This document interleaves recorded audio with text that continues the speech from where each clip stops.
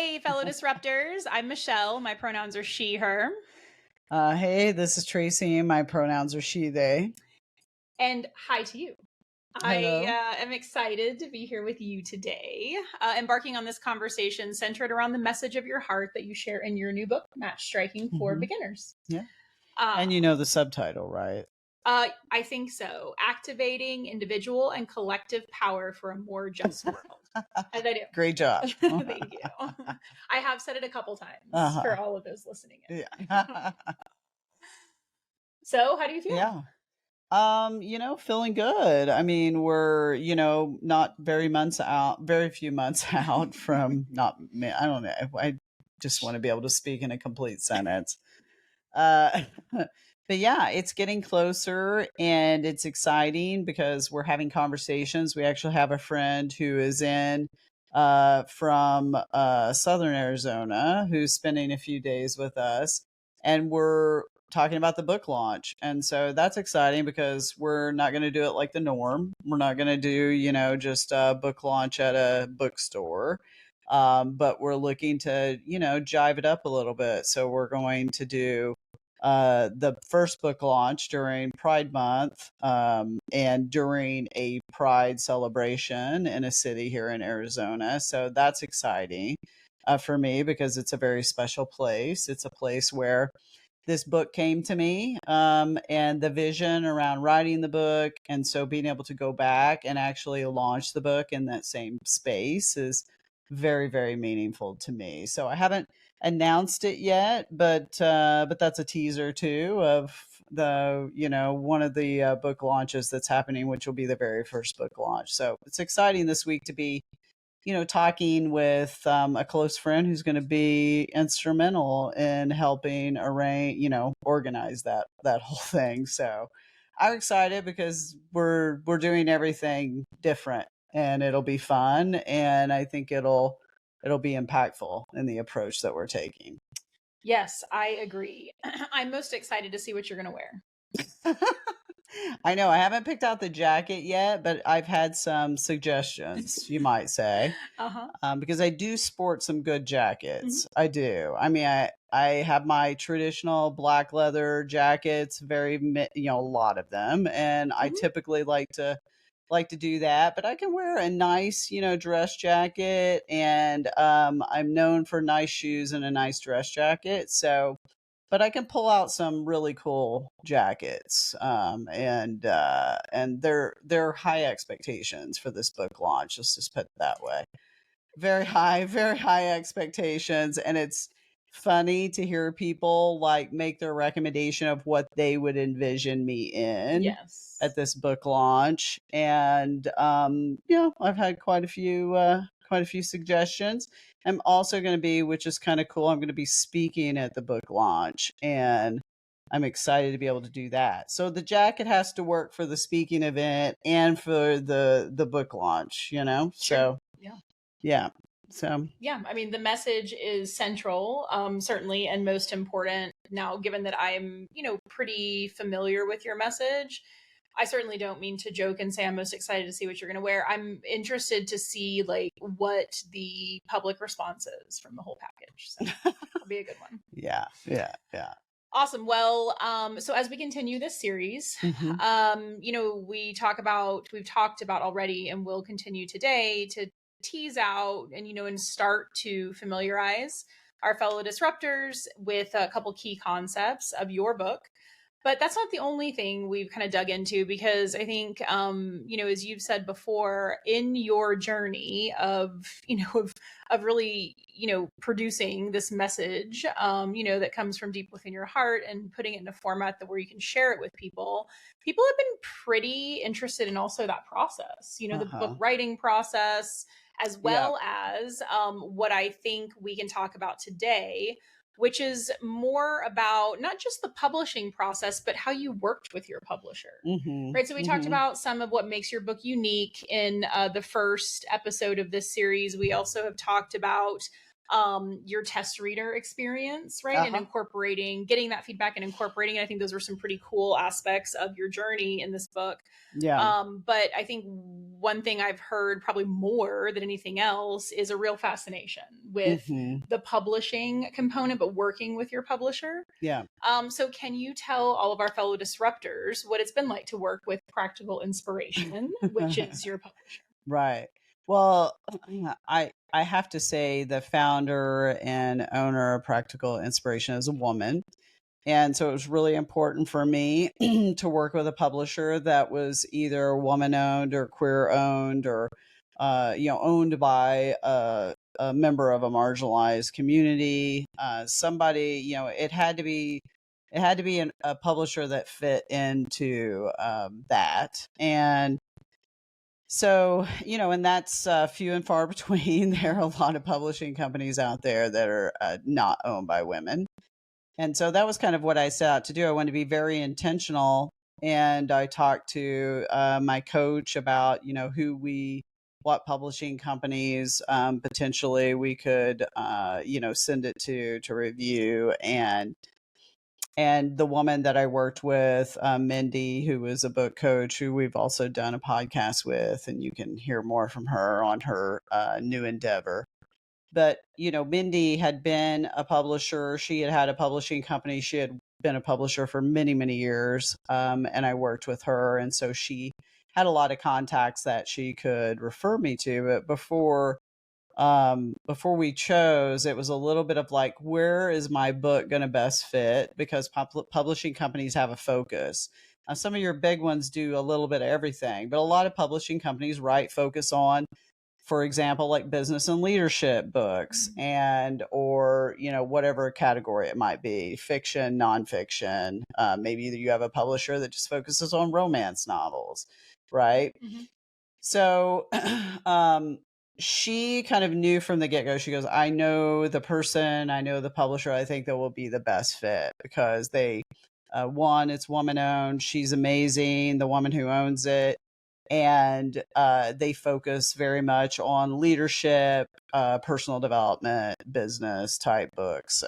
But she goes, I just think it'll be a good fit because you really have to find what's going to be a good fit for you. You don't want to go, you want somebody who's going to allow you to continue to own the message and not dilute or change or maybe just, the fact is you have to work together. Mm-hmm. So you want somebody who will also, like, I don't know, can understand to a certain extent the journey. So she referred me to Practical Inspiration and Allison Jones, who owns Practical Inspiration. And she was like, I think she'll be a good fit.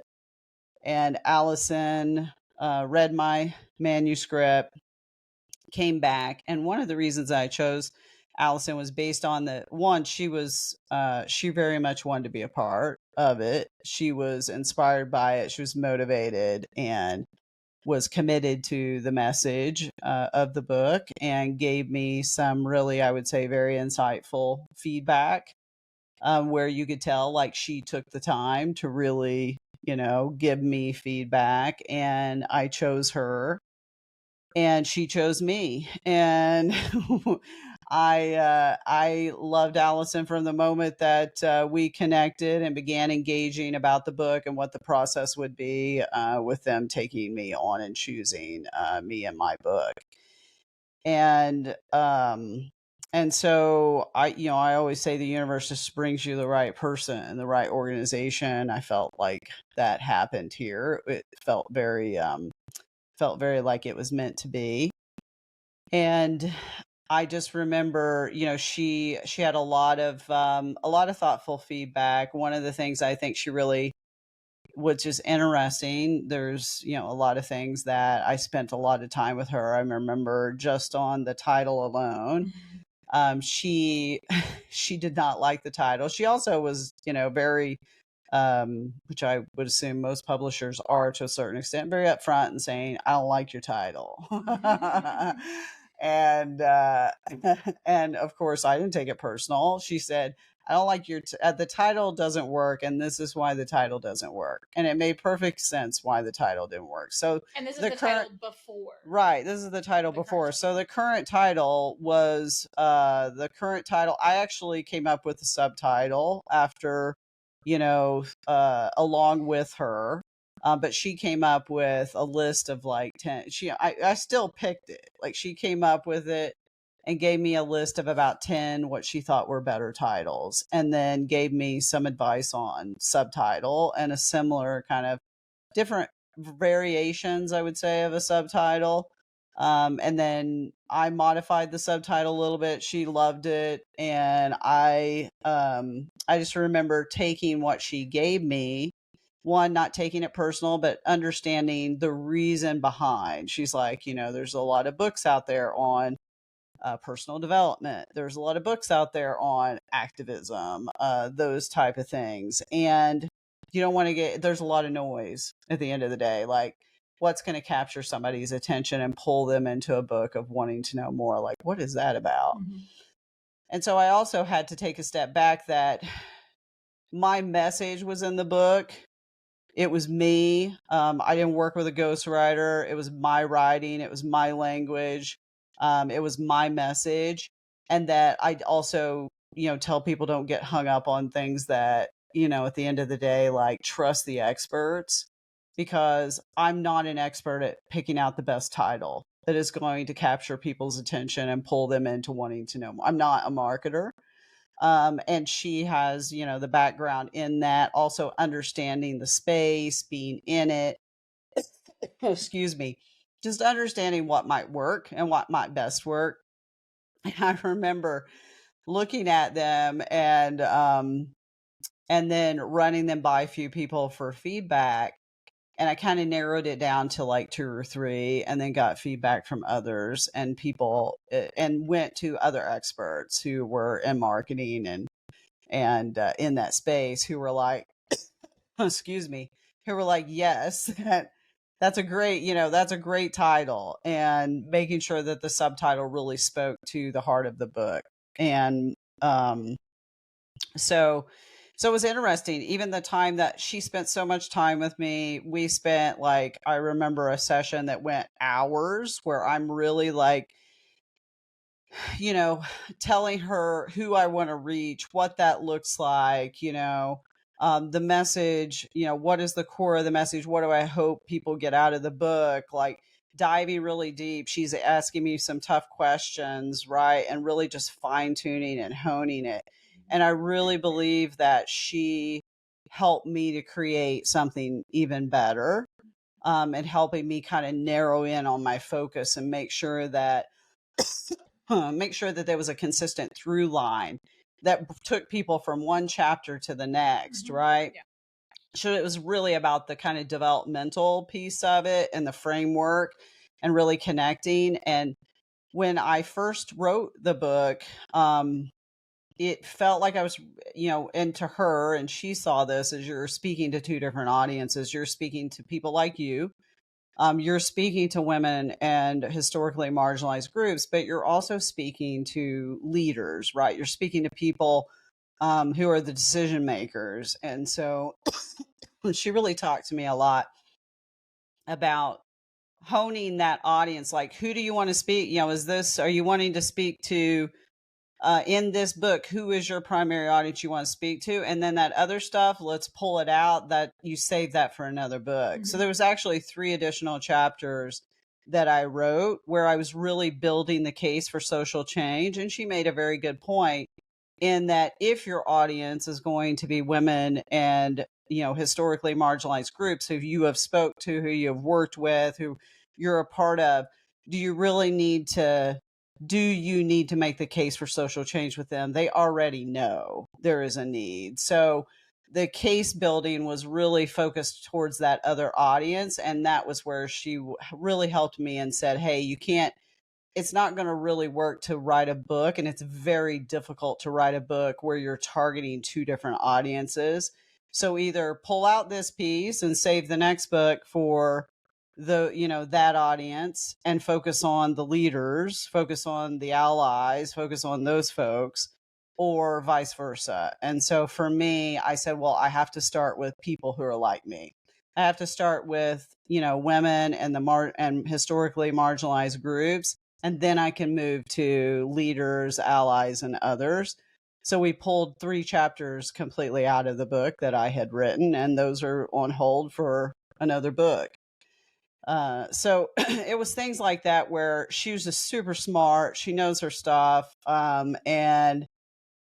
And she was really invested in it with me. And I felt that very early on in the process. So I'm excited that I get to work with Practical Inspiration, and I'm excited that they're my publisher, and I'm excited that my publisher is a woman-owned company.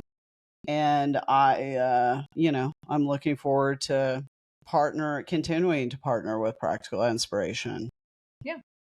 Yeah, I mean, I can tell just from where I sit that it was a really good, like it was just a really good, I don't want to say serendipity because I think it was more than that, right? There were a lot of intention, a lot of people that are in your path and in your life that have supported this, but it was a really lovely coming together, I think is maybe what I'd call it. And I can tell that it feels very comfortable with you and that you have a very good relationship with Allison. And I think that's where we can have people in our journey that support us, right? And uplift us to be even better versions of our already awesome selves. And I've really loved working with the team as well as some of the other companies that they work with. And Practical Inspiration is based in the UK. So it's a lot, a UK based company, but working with their team, we're typically on different time zones. So I'm usually going really early and they're going, into dinner when we've worked together.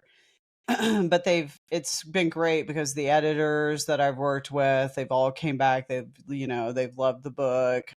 They've been super cute and telling me like, what superheroes they connect with. And so we've had a really great journey together, and I feel like they're a part of the team. They're a part of this. And so I'm excited for it to launch, and I couldn't have done it without all of them. So I feel like I have this team surrounding me who've been encouraging me, providing me feedback, but I also have this team that they're kind of, they're with me every step of the way throughout the process, and you can feel their excitement too. And I love that.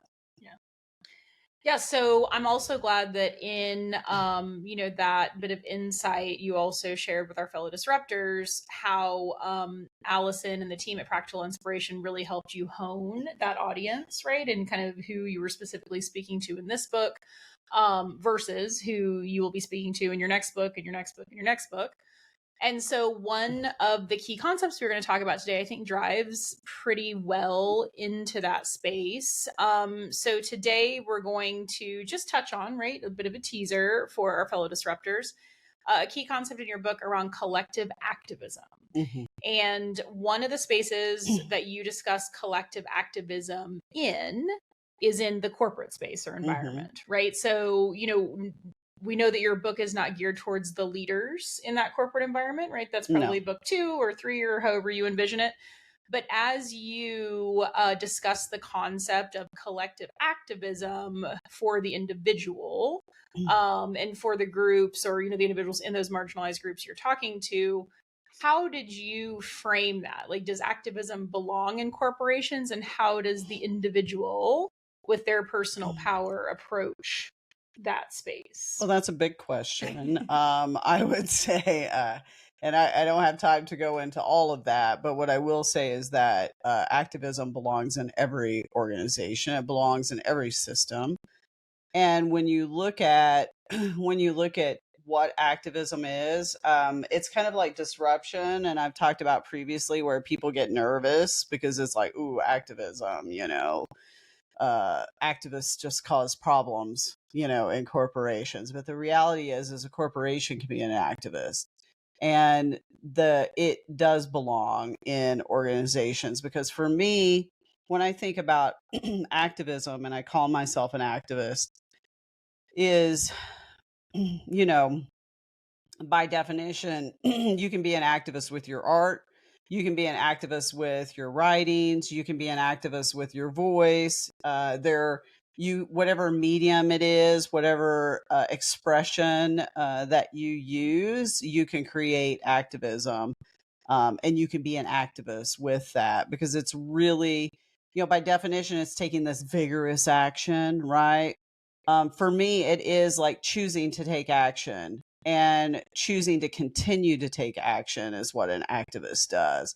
An activist, and by my definition, doesn't stand by when things are happening, particularly harm to another person or a community, whether it's within an organization or outside of an organization, that you stand by and you don't act on it. You don't act to do something about it. You don't do the right thing when the right thing needs to be done. You don't voice that.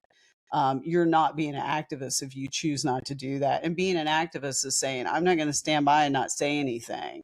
I'm not going to stand by and not do anything. And not only that, am I not going to stand by, I'm going to find actions I can take to help support the community, the organization, whatever it may be that's being harmed. I'm going to take actions, and I'm going to find others to do that, to move in a space of creating social change. So, my dad's nickname was, my dad was always known for taking action. He was wonderful at execution. And I think activists are good at it too. It's like, I'm not going to stop taking action until we get some kind of execution happening here. We get results, and you just don't stand by. You keep working for it, but you also find a way to work with people, not against them, but with people. And many times people will step up and they will work with you to do that. So that's that's where I would say yes, it belongs. What I was going to say about my dad is, my dad's nickname was also Action Jackson. He was a car salesman. He had a used car dealership. So but he was always like, he was known for, like, taking action and being very active and being able to get stuff done. And so I also kind of connect activism to that. Like, my dad was probably the first one to teach me how to go about being an activist, how to get a yes, and how to, and I'm not saying I use sales tactics necessarily. I'm trying to, like, sell a car.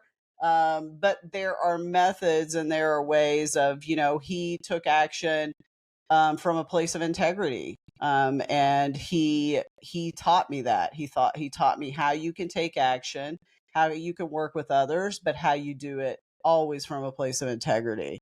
And so it's things like that that are, I think, rooted and grounded in the foundation of how I take action, and then how I look at activism. Also in, and I talk about many of those methods that I use, not just within corporations, but in other places as well.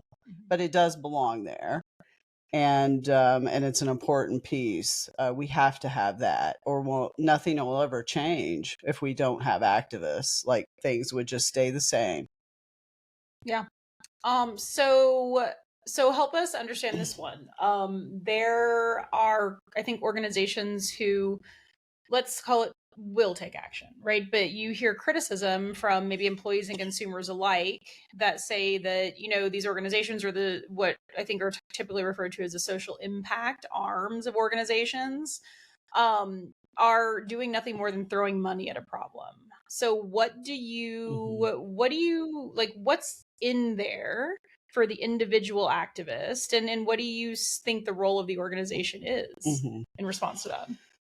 Well, I think it first starts with the organization. If you're going out and telling people that you are taking meaningful action and you're only putting money towards something, then okay, you're not taking meaningful action. Like, if you're literally, like, I'm not going to say that giving just money to organizations doesn't do good, because that's not true. It actually does good in supporting these organizations. There are many organizations, particularly smaller organizations, that just fight tooth and nail for funding, and we wouldn't have some of the programs and resources that we have out there if it wasn't for these nonprofit organizations that depend on funding and depend on money.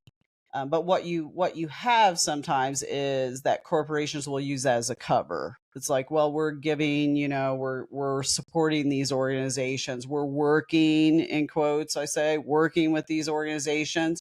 And it's like, how many conversations have you actually had with that organization? So it's a little bit of like, how transparent are you being and how authentic are you being in what you are doing and how you are addressing a problem.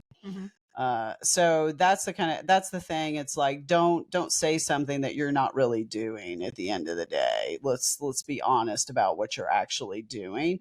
That is an important piece.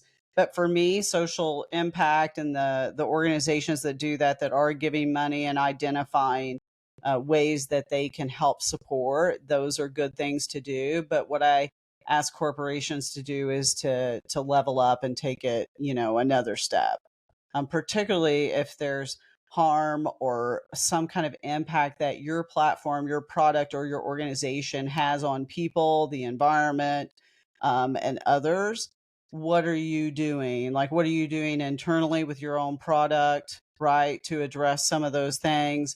And then how are you working with organizations and bringing them into the walls of your organization to help you identify the right solutions that are going to create the greatest impact? Because you can take a lot of actions, but it takes collaboration, community collaboration with others outside of the organization to understand what are the right solutions, what are the most effective solutions that we can develop together, and the right actions to take in that space.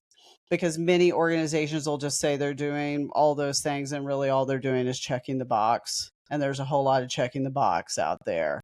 Or, like, we care about this community, we celebrate during Pride, we do these things, but then they'll turn around and do something that just absolutely is a slap in the face to that support. Like, are you supporting those employees in your organization? What do the programs look like that you've developed for those employees in your organization? How are you truly supporting consumers that are members of marginalized communities? And many of them can't answer that question very well. Yeah.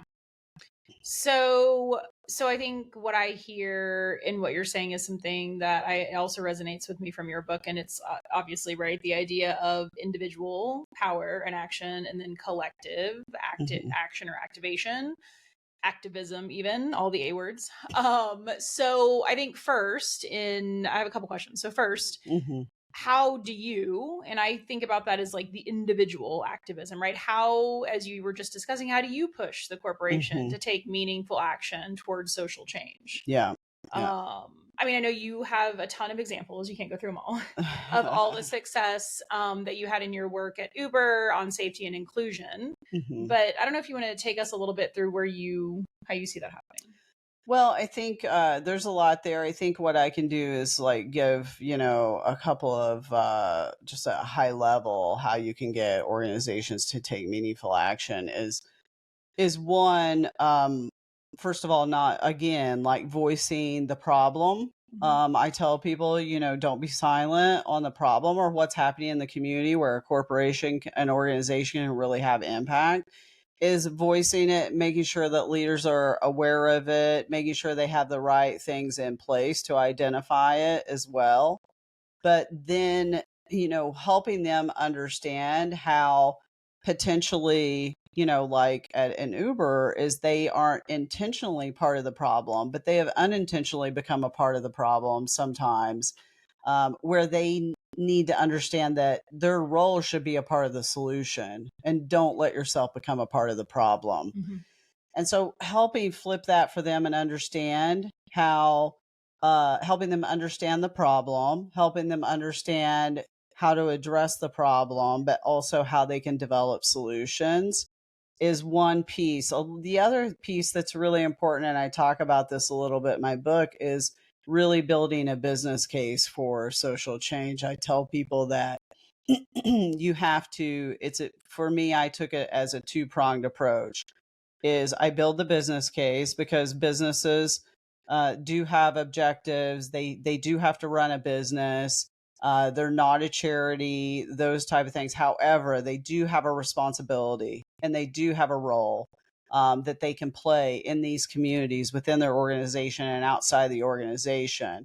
But helping them understand what that role is, what it looks like, is a little bit of building the case on that aspect of it, while also building a case of the, a business case for how it can impact the business in a positive way by taking those actions. And that's what I really had to identify and learn as I started to really get a lot of experience in corporate America, was understanding the teams, the people, what are your objectives, what do you care about, what are you trying to achieve. A lot of, people are under a lot of pressure just to do their day job, and how you weave, right, mission and social impact and social change, opportunity for social change into what they're doing, while really taking a stand where you see that their product may be causing harm, taking a stand and saying, this is absolutely causing harm. We have to do something about it, and you cannot turn your back on it. So it's a little bit of, I say, also going for the heart. I do a two prongs, like build the case and go for the heart. Um, I want them to understand, based on the people it's impacting, what that impact looks like, what it feels like, and what it looks like, and really bringing that human component into it, where it's not just this consumer out there, or it's not just this employee, but finding ways to really go for the heart, bring that human component, while also building the case. And I think that's one that is an instrumental approach in how you can push a corporation or move a corporation to do more in the space of impacting society and our communities and things that are happening in our community, to really feel like they can play a huge role in social change, while also playing a role and having a responsibility where their specific product or organization may be impacting a community. There's two different things, but they're interconnected, and helping them move them in that direction. The other way you move organizations, you get others to join you for collective action. You'll see that some of the biggest changes that have happened in organizations have come from grassroots activism within the organization.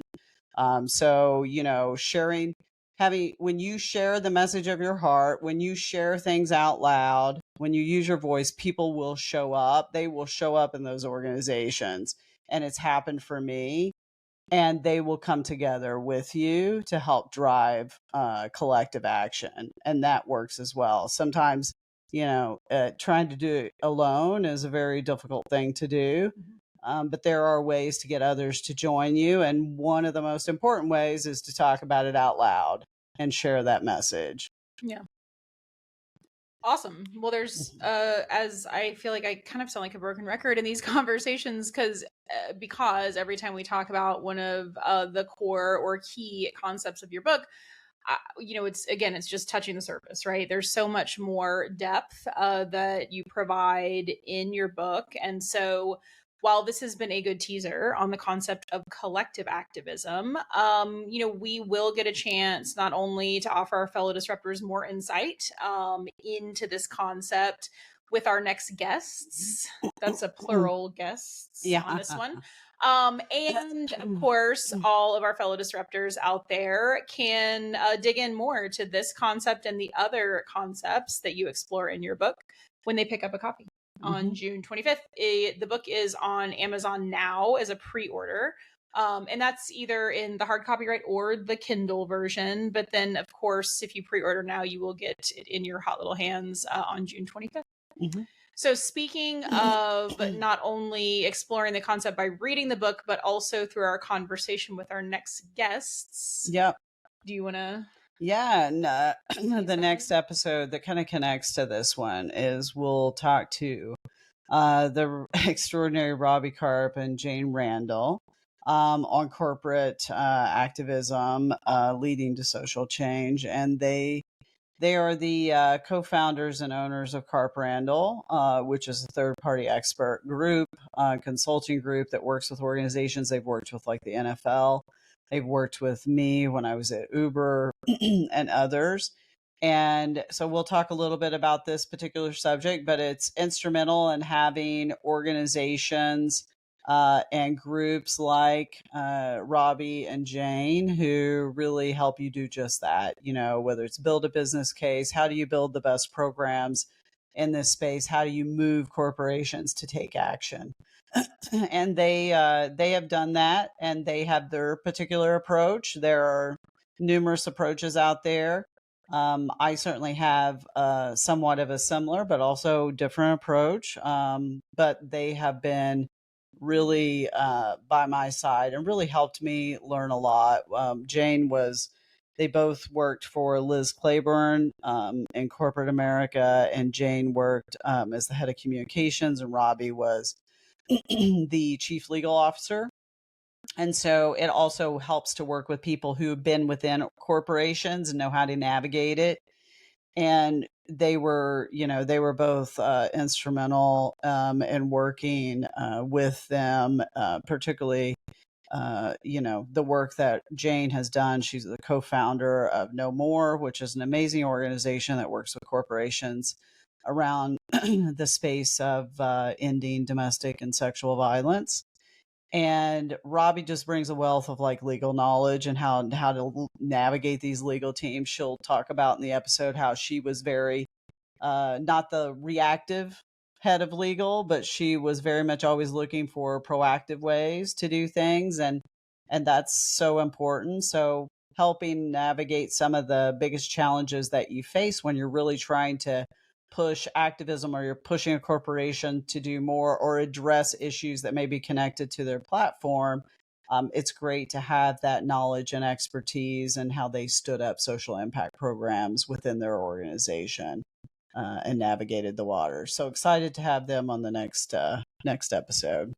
Yes, me too. And I think that's it. Yeah, that's all. So we'll see y'all next time. Keep disrupting. We'll talk soon.